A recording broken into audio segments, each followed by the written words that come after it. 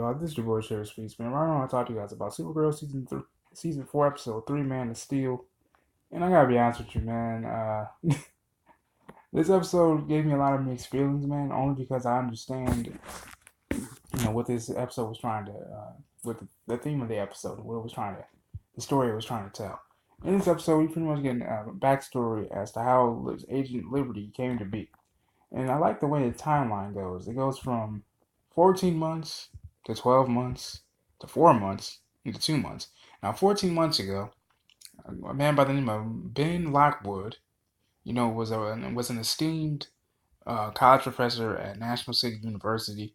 Had a good, well-paying job. He loved everybody. He really wasn't so one-sided on everything. But his father losing his job, and his father, seeing Supergirl's press conference about, aliens and being kind to alien kind and things of that nature, really, his father's prejudice really took a turn for him. And it was really cool to actually see Xander Berkeley, aka Gregory from The Walking Dead, on this episode. I heard of him being starring in an episode of this season, but I wasn't sure which one it was.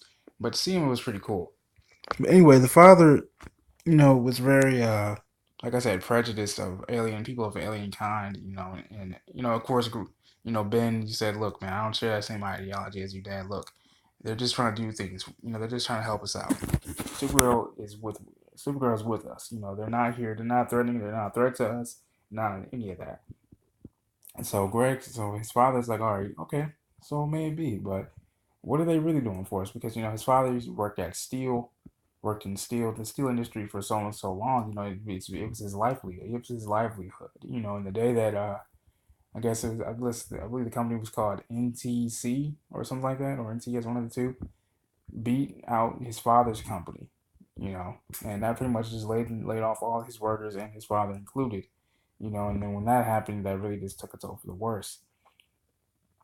And then, fast forward a little bit, his father kept trying to tell Ben, like, hey, listen, man, you keep talking to people, man. What is that ever gonna do? You gotta be able to learn how to stand up on your own 2 feet, be a man, and take charge. Talking can only do so much. And so Ben decides, yeah, what, my father's right, because during the Daxamite invasion of Rain, things of that nature, that's when things started taking a turn for the worse even more.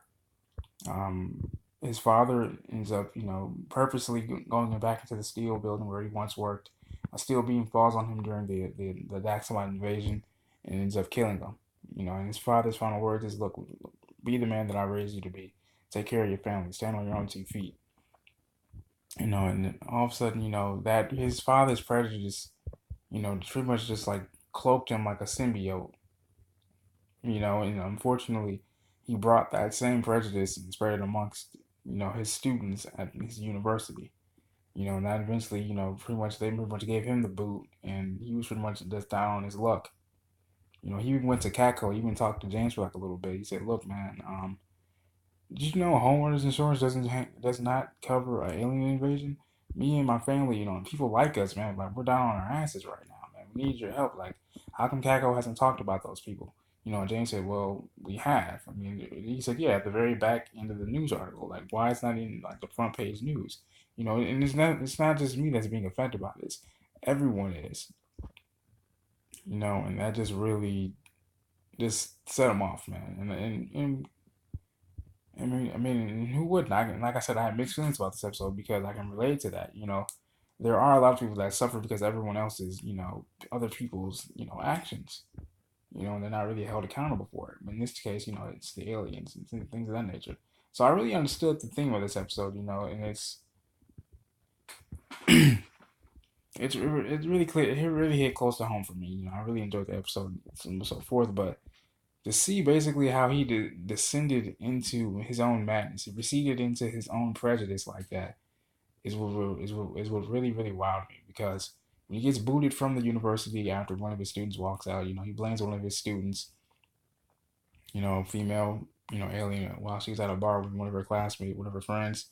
Supergirl steps in, but as Kara, she stops him from getting physical with her, and then he's out on his ass again. He takes a beer after his father gets killed with his friends. They torch, the new steel building, killing one of the damn aliens that caused an attack earlier. Because mind you, Ben was this really all loving kind of person. You know, he was trying to stop his father's crew from discriminating against an alien.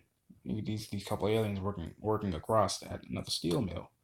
You know, and it was then when an alien accidentally by his biological defense mechanism shot one of his spikes and hit him in the shoulder, and I think that's when it caused psychologically to break for Ben. You know, he said, "All right, man, fuck this. My dad was right. You guys need to go." And so, like I said, it further increased his recedence into his own prejudice, father's prejudice. And it wasn't until his father died, that he went to go see Lena Luthor, and he really felt like that Lena Luthor and people like her and things of that nature really just said, to hell with the past. They modernize everything. Like, like, look, the past is the past and the future is the future. This is now and it's going to stay here. And he just felt like, the past matters too. Like, why isn't anyone taking up their past? Why isn't the past being acknowledged? And so in other words, this episode really just pretty much just tackled, modernization versus, the past, and, a man just being down on his luck, and then forming his own little hate group, to death with aliens. And so we see pretty much present day where Supergirl, first of all, we see Supergirl falling out of the damn sky, from last week's episode, and that continues. So John tries to go find her. He flies and he saves her. But, she's hit with so much of that damn kryptonite that she's on the brink of death, literally. So at the very end of the episode, Lena Luthor gets this little box and puts her in a very self-detained, indefinite containers to keep her alive for now until they can disperse and get rid of the kryptonite. Now, mind you, the guy that let the kryptonite disperse in the first place was a DEO agent, and Misty, you know Graves wanted to handle him right then and there, but he said but Ben's like, hey, listen, we don't kill our own. I'm sure since he got us in, he can get us. If he got us out, he can get us back in. And so it was really so. This episode was really interesting.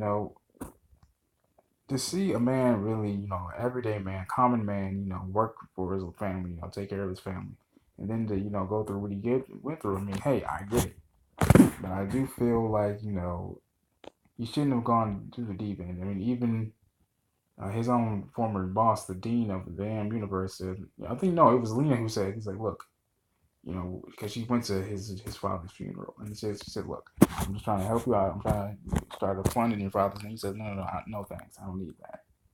And she's like, look, I saw the path that you went down. My brother went down the same path. Don't do this. And so I'm really looking forward to next week's episode to see how the continuation of Agent Liberty goes. This has been your boy Sugar Speaks. I love you guys. Wish you guys hit that like button and hit that subscribe button. If you guys have any requests on what videos you guys want me to go and do, let me know in the comment section below. This has been your boy Sugar Speaks. Peace and love.